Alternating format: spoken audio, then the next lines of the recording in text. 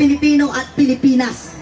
Dahil kitang-kita namin, marami nang lumabahan, lahat ng kabataan na apektuhan na.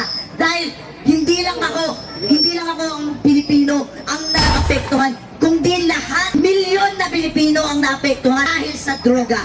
Dahil dyan, dahil droga rin ang umasak sa pamilya ko. Droga din ang dahilan kung bakit nagawa ng tatay ko ang nagawa niya sa ate ko. Hindi ko nahayaan nung ginawa ni Marcos dahil sa droga na yan, siya ang pasimuno. Dahil alam namin ng mga kabataan at alam din namin na magsasalita sila kung ano na naman ang sasabihin nila. Nasasabihin nila, ginagamit kami mga kabataan para lang magpaingay. Hindi kami ginagamit at hindi kami papayag na magpagamit. Dahil kami, Pilipino rin kami, naiintindihan namin ang bawat nararamdaman ng kapwa namin Pilipino. Dahil sa ginawa mo, Marcos, nag-ingay na ang mga Pilipino, naggalit na.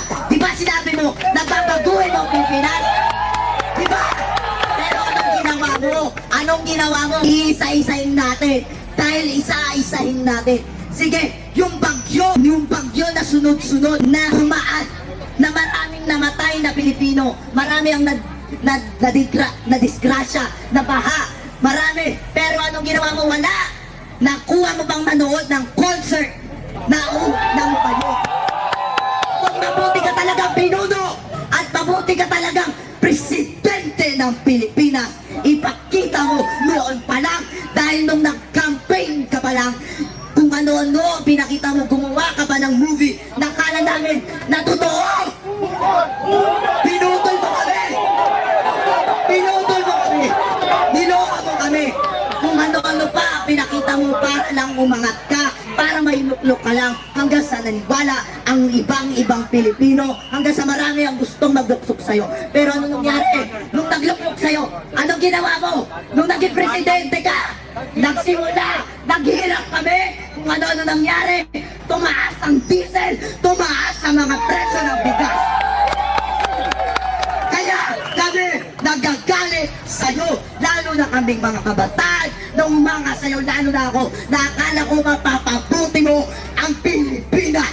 Pero anong ginawa mo? Kundi ng droga na lumaganap sa buong Pilipinas. Kaya nananawagan ako sa'yo sa Republika ng Pilipinas, sa buong Pilipinas, sa Malacanang, na uulitin ko, mag-resign ka na! Mag-resign ka na! Mga kababayan kong Pilipino, sabay-sabay natin isigaw, mag-resign! Mag-resign! Mag-resign! Mag-resign! Mag-resign! Mag-resign! Sisigaw natin! Duterte! Duterte! Duterte! Duterte! Duterte! Duterte!